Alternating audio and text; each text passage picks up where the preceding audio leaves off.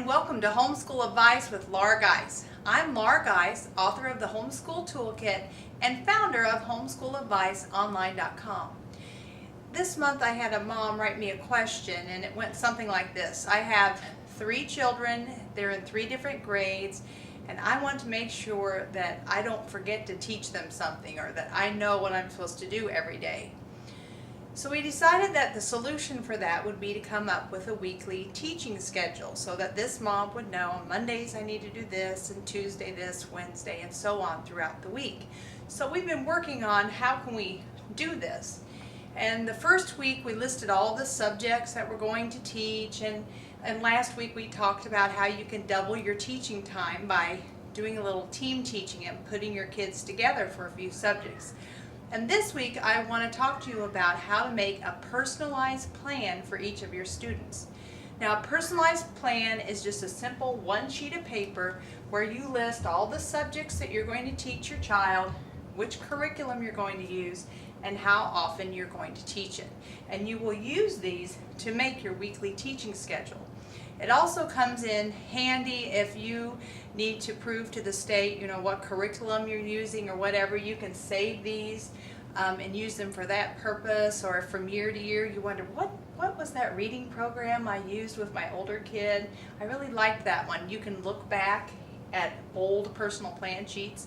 So it's just a nice way to keep a record, and it keeps you on track every year. So let's work on one of these. If you need a blank copy of one of these, you can download one at www.homeschooladviceonline.com. If you get the free plan book, there will be a blank personalized plan sheet in there. Or if you click on the free downloads, go to the Homeschool Toolkit downloads, there should be one there also. So if you don't want to make your own, I have one available. So you just put your student's name at the top, and you just work on one student at a time for one sheet, and just start listing a subject. So let's go with reading. Ryan, my son Ryan, is going to be in 1st grade. So we're going to use sunlight reading. And why sunlight?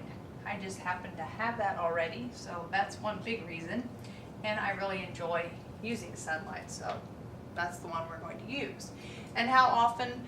Reading with a 1st grader 5 times a week. We have school 5 times a week, so that's what we're going to do. Math,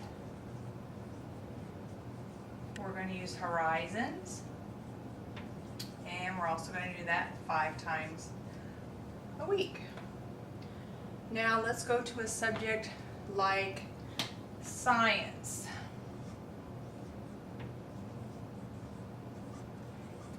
1st grade science, I'm probably not going to invest real heavily in a traditional curriculum, anything too formal for him. I'll probably put him with his older brother when his older brother's doing experiments or going outside on a nature walk or something like that. So I'm going to say buddy up with Nate, his older brother, and probably only about 2 times a week. Now then, as you're doing this personalized plan sheet, what you can do is, if you have other goals that you might want your child to work on, if they're doing a Boy Scout badge and they need to do some work for that, make a note of that down here. One year, my son Ryan, he wanted to learn to ride a 2-wheeler. So we put that on his personal plan sheet so that I wouldn't forget that I want him to know how to do that. My older kids, I want them to know maybe how to do a PowerPoint. So I would write PowerPoint, and then I would give them some assignment they could choose, maybe a topic from history or science that they could produce a PowerPoint and then show it to all of us, and just maybe 1 per semester. Nothing that we work on all the time, but it's just something I want them to be exposed to. So this is how you can use a personalized plan sheet, and then next week I'll show you how you can take this and come up with your weekly teaching schedule. Now, a tip for you if you have more than 1 student. I have found that it is much easier to lay out all your personal plan sheets and plan everyone's reading at one time, and then go down maybe do everyone's math, rather than sitting down with just Ryan's list and trying to fill out the whole thing. And there are a couple reasons for that. One is, remember last week we did some circling where we could double our teaching time. Well, it just becomes more obvious when you go by subject. See, I have Buddy with Nate, so obviously whatever I choose to do with Nate, so it just makes it easier to get the big picture of how things are going to work. And also, homeschooling curriculum is a little notorious for not being able to be graded very easily. And by graded, I mean you can't put a specific grade level on the curriculum. The company might say, oh, this is for 6th, 7th, 8th to 9th grade.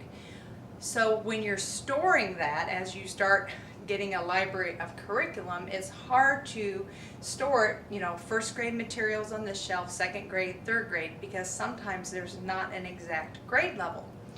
So what I found to be much easier is to separate my curriculum by subject. So I have a reading shelf, math shelf, science shelf.